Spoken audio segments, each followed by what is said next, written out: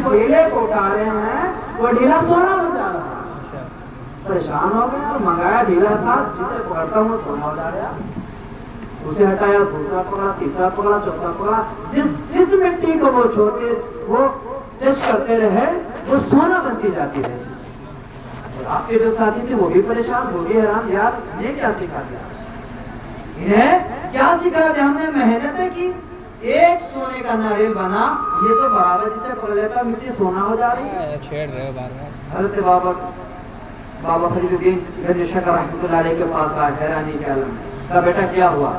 کہا حضور بات یہ ہے کہ میں جس مٹی کو پکڑتا ہوں وہ سونا بن جاتا ہے, میں جس مٹی کو پکڑتا ہوں وہ سونا بن جاتی ہے. تو فرمایا اس میں حیرانی کی بات کیا ہے؟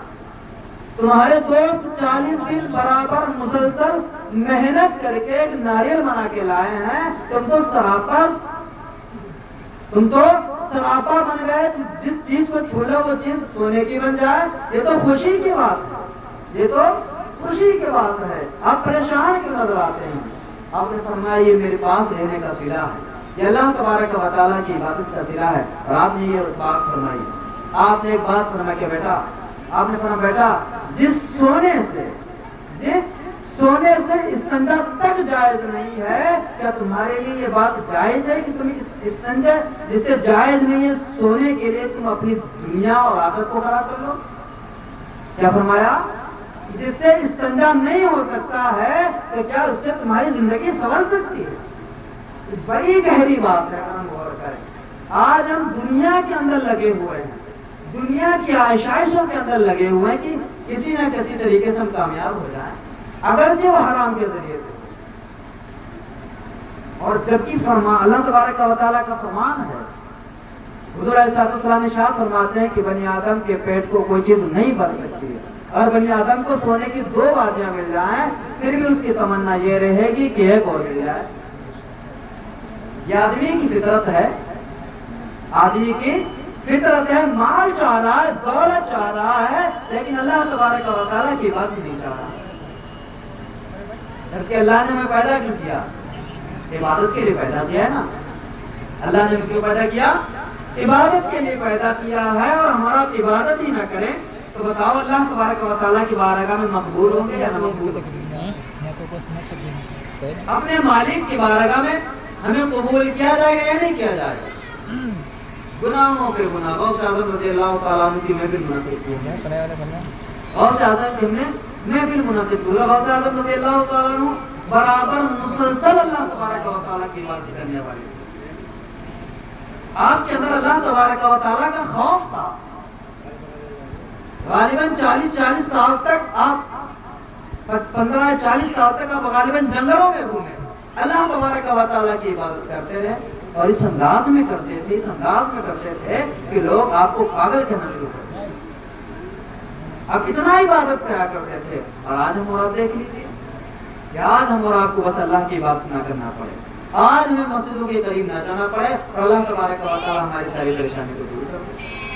میرے بھائیوں, اگر آپ اللہ کی بارگاہ میں پہنچ جاؤ گے تو اللہ تبارک و تعالیٰ آپ کو اتنا نوازے گا کہ آپ گمان تک نہیں کر سکتے. اتنا نوازے گا آپ کو اللہ کی بارگاہ میں. تم اللہ کی بارگاہ میں آپ کو صحیح. حضرت ابراہیم بن ادہم رضی اللہ تعالیٰ عنہ کا ایک واقعہ ہے کہ آپ اپنے محل میں آرام فرما رہے تھے. تو چھت کے اوپر کچھ چلنے کی آوازیں, مختصر واقعہ خلاصہ جس کا ایک آواز سنانے دے رہے. آپ نے فرمایا کون ہے؟ تو فرمایا ادھر سے آواز آئی کہ ہمارے اونٹ گم ہو گئے ہیں, اونٹوں کو تلاش کریں. ظاہر سی بات, تعجب کی بات ہے, محل کی چھت پر اونٹ کیا کریں گے؟ ہوتے ہیں وہ اپنی چراگاہوں میں ہوتے ہیں, محل کی چھت پہ کیا ہوتی ہے. انہوں نے کہا یہاں اونٹ کیسے مل سکتے ہیں؟ تو انہوں نے کہا کہ جب یہاں بادشاہ کے محل میں اونٹ نہیں مل سکتا ہے تو اللہ بھی نہیں مل سکتا.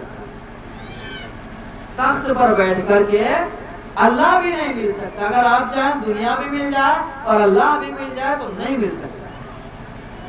دونوں میں سے ایک چیز, شاید غالباً اللہ کے نبی صلی اللہ علیہ وسلم کا فرمان ہے, میں تم میں سب سے زیادہ امین بھی ہوں, میں تم میں سب سے زیادہ پرہیزگار بھی ہوں, لیکن میں نے تجارت کے اوپر اپنی عبادت کو فوقیت دی. تجارت کے اوپر اپنی عبادتوں کو کھیتی فرمایا. تو انہوں نے کہا کہ اونٹیاں نہیں ملے گا تو اللہ بھی نہیں ملے گا. یہ بات ان کے دل کے اندر لگ گئی, یہ بات ان کے دل کے اندر لگ گئی اور وہ اللہ تبارک و تعالیٰ کی عبادت کرنے لگے.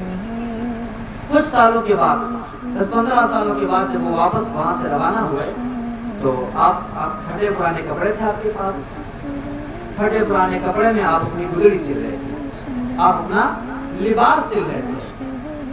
تو آپ کا وزیر جو پہلے چکا تھا وہ آیا اور کہنے لگا بادشاہ سلامت, دیکھیے آپ نے کیا اپنی حالت بنائی ہے.